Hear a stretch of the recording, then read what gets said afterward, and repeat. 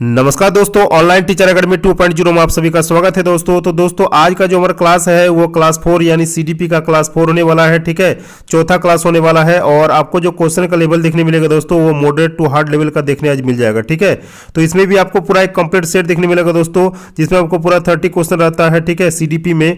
तो दोस्तों आप लोग का स्कोर कितना होगा ये दोस्तों आप लोग कॉमेंट बॉक्स में जरूर कर दीजिएगा। चलिए अभी शुरुआत कर लेते हैं, देख लीजिए आप लोग का क्वेश्चन का लेवल किस तरह से आएगा।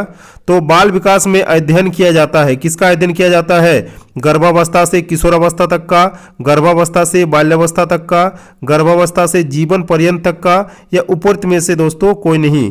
राइट आंसर इसका हो जाएगा गर्भावस्था से जीवन पर्यंत तक। ठीक है, वो बाल विकास में इसका स्टडी किया जाता है। आगे क्वेश्चन को बढ़ेंगे। 2 नंबर सवाल, कौन सा विकास का एक सिद्धांत नहीं है? हमको नेगेटिव पूछा है दोस्तों। ठीक है, तो विकास लंबवत न होकर वर्तुलाकार होता है, विकास क्रमबद्ध होता है, विकास निरंतर होता है, विकास मशीनी प्रक्रिया है। तो दोस्तों राइट आंसर जो हो जाएगा वो हो जाएगा दोस्तों आपका नेगेटिव का आंसर नेगेटिव। ठीक है, क्योंकि विकास आपका मशीनी प्रक्रिया नहीं है, ये आपका निरंतर होता है, एक क्रमबद्ध रूप में होता है और ये लंबवत न होकर दोस्तों वर्तुलाकार होता है।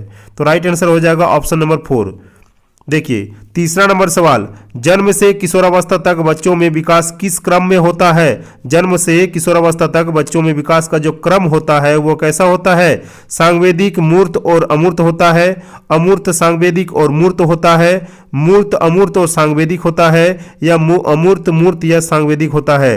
तो राइट आंसर हो जाएगा दोस्तों ऑप्शन नंबर ए, यानी बच्चों में विकास का जो क्रम होता है वो आपका हो जाता है पहले सांवेदिक होता है, फिर मूर्त होता है और मूर्त से आपका अमूर्त होता है। आगे का सवाल देखेंगे दोस्तों 4 नंबर, शारीरिक वृद्धि और विकास को कहते हैं, क्या कहते हैं?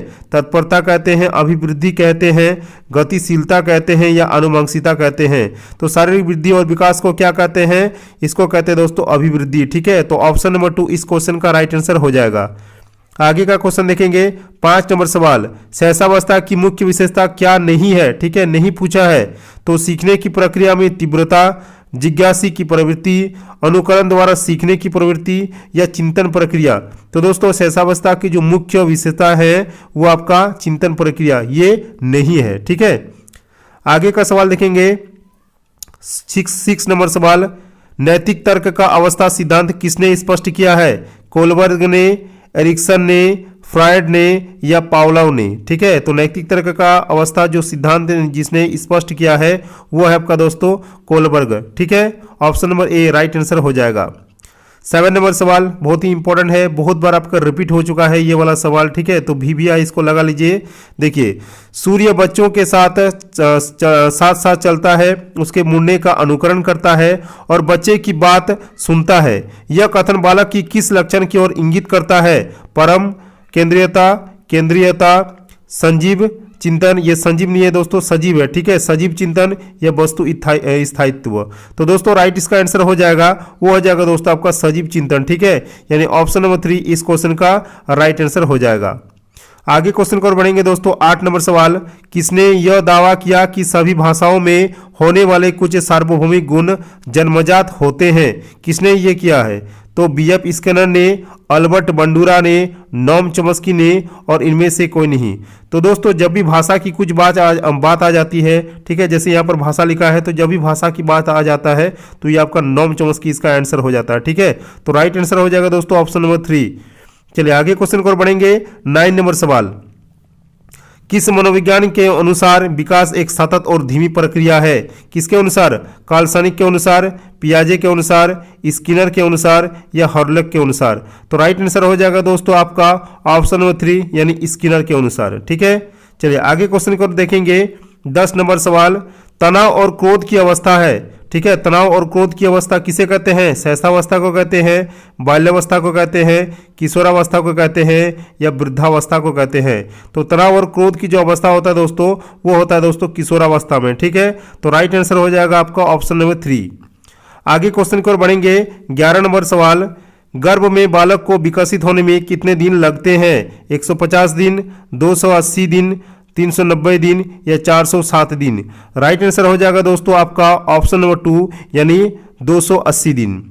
चलिए आगे क्वेश्चन को बढ़ेंगे 12 नंबर सवाल, शिक्षकों की भूमिका है ज्ञान का संप्रेषण करना, छात्रों को अनुशासन में रखना, छात्र केंद्रित क्रिया आधारित अंत क्रियात्मक अधिगम सृजन करना, या उपरोक्त सभी। इसका राइट आंसर हो जाएगा दोस्तों आपका ऑल ऑफ दीज। ठीक है, तो शिक्षकों की भूमिका ये आपका तीनों है। ठीक है, चलिए आगे क्वेश्चन को बढ़ेंगे। 13 नंबर सवाल, पठन पाठन में शिक्षकों को करना चाहिए, क्या करना चाहिए? ज्ञान का मौखिक स्थानांतरण करना चाहिए, जिज्ञासु प्रवृत्ति का प्रोत्साहन करना चाहिए, कक्षा कक्ष में पाठ्यपुस्तक द्वारा शिक्षण करना चाहिए, या उपरोक्त में से कोई नहीं। तो राइट आंसर हो जाएगा ऑप्शन नंबर 2 यानी जिज्ञासु प्रवृत्ति का प्रोत्साहन करना चाहिए शिक्षकों को पठन पाठन में। आगे का सवाल है 14 नंबर सवाल, एक प्रतिभाशाली बालक की आप मदद कर सकते हैं उस पर अधिक ध्यान देकर, उसे अधिक पुस्तक देकर, उसे अधिक समय देकर, या उसे संबंधित अधिगम अनुभव देकर। तो राइट इसका आंसर हो जाएगा दोस्तों ऑप्शन नंबर ए। ठीक है, उसे अधिक ध्यान देकर। ठीक है, चलिए आगे क्वेश्चन को बढ़ेंगे। 15 नंबर सवाल, एक अध्यापक के रूप में आप उन विद्यार्थियों से किस प्रकार निपटेंगे जो कक्षा की पिछली सीटों पर बैठे आपस में बात कर रहे हैं? ठीक है, उसको किस प्रकार से निपटेंगे? उसकी उपेक्षा करके उन्हें चुप रहने के लिए कहेंगे, अथवा कक्षा से बाहर जाने को कहेंगे, उन्हें कक्षा से बाहर कर देंगे, या उनसे पूछेंगे कि वह ध्यान क्यों नहीं दे रहे हैं? दोस्तों इन सब में सबसे बड़ा जो ज़्यादा पॉजिटिव है वो आपका ऑप्शन नंबर 4 में दिख रहा है। तो राइट इसका आंसर हो जाएगा दोस्तों ऑप्शन नंबर 4। चलिए आगे क्वेश्चन को बढ़ेंगे। 16 नंबर सवाल, कल्पना जगत में विचरण होता है, किसमें होता है? शैशवावस्था में होता है, किशोरावस्था में होता है, बाल्यावस्था में होता है, या शैशवावस्था व किशोरावस्था दोनों में होता है? तो दोस्तों राइट इसका आंसर हो जाएगा ऑप्शन नंबर 4 यानी कल्पना जगत में जो विचरण होता है वो शैशवावस्था में भी होता है और किशोरावस्था में भी होता है।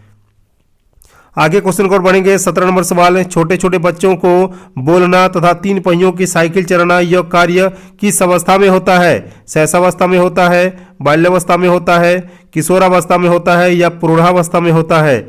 इसका राइट आंसर हो जाएगा दोस्तों आपका 17 नंबर का 1 यानी शैशवावस्था। ठीक है, चलिए आगे क्वेश्चन को बढ़ेंगे।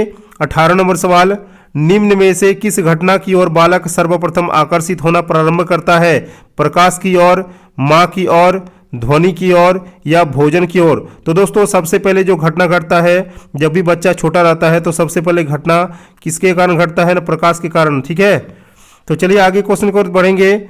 19 नंबर सवाल, किशोरावस्था आदर्श की अवस्था है, सिद्धांतों के निर्माण की अवस्था है, साथ ही जीवन का सामान्य समायोजन है, यह परिभाषा देने वाले हैं कौन? हेडो रिपोर्ट, जीन पियाजे, फ्रेडरिक ट्रेसी, या आपका इनमें से कोई नहीं? दोस्तों ये ट्रेसी है। ठीक है, तो इसका राइट आंसर जो हो जाएगा वो हो जाएगा दोस्तों आपका जीन पियाजे। तो जीन पियाजे से भी और हार्वर्ड गार्डनर और स्किनर ये तीनों आपके लिए इंपॉर्टेंट है। उसके बाद हो गया दोस्तों आपका नोम चोम्स्की, बाइगोत्स्की, ये सारे के सारे इंपॉर्टेंट है। इनसे क्वेश्चन जो आपका डेफिनेटली पूछता है। ठीक है, 20 नंबर सवाल, सृजनात्मकता की विशेषता है, मौलिकता है, लचीलापन है, प्रभावशीलता है, या सभी? तो राइट इसका आंसर हो जाएगा दोस्तों आपका ऑप्शन नंबर 4 यानी ऑल ऑफ दीज। देखिए 21 नंबर सवाल, 21 नंबर सवाल में क्या है कि बहुग्रेड अध्यापन वो है जिसमें एक विद्यार्थी एक ही समय में एक से अधिक कक्षाएं उत्तीर्ण कर सकता है। एक अध्यापक को एक ही समय में अधिक से अधिक कक्षाओं के बच्चों को पढ़ाना पड़ता है। कक्षा वार अध्यापन का कोई अर्थ नहीं है, यह सभी? तो दोस्तों बहुग्रेड अध्यापन हुआ है जिसमें एक अध्यापक को एक ही समय में एक से अधिक कक्षाओं के बच्चों को पढ़ाना पड़ता है। तो ऑप्शन नंबर 2 इस क्वेश्चन का राइट आंसर आपका हो जाएगा। ठीक है, ऑप्शन नंबर 2। चलिए आगे क्वेश्चन को बढ़ेंगे। 22 नंबर सवाल, देखिए कौन सी प्रगतिशील शिक्षा की विशेषता है? केवल प्रस्तावित पाठ्यक्रम पुस्तकों पर आधारित अनुदेश, परीक्षाओं में अच्छे अंक प्राप्त करने का बल, बार बार ली जाने वाली परीक्षाएं, या समय सारणी और बैठने की व्यवस्था में लचीलापन? तो इसका राइट आंसर हो जाएगा दोस्तों आपका ऑप्शन नंबर 4 यानी समय सारणी और बैठने की व्यवस्था में लचीलापन। और ये एक प्रगतिशील शिक्षा की विशेषता है। देखिए 23 नंबर सवाल, ठीक है, प्रतिभाशाली शिक्षार्थी है, अपसारी चिंतक, बहुमुखी, बहुत परिश्रमी, या अभिसारी चिंतक? तो राइट इसका आंसर हो जाएगा दोस्तों अपसारी चिंतक यानी ऑप्शन नंबर ए इस क्वेश्चन का राइट आंसर हो जाएगा। चलिए आगे क्वेश्चन को बढ़ेंगे।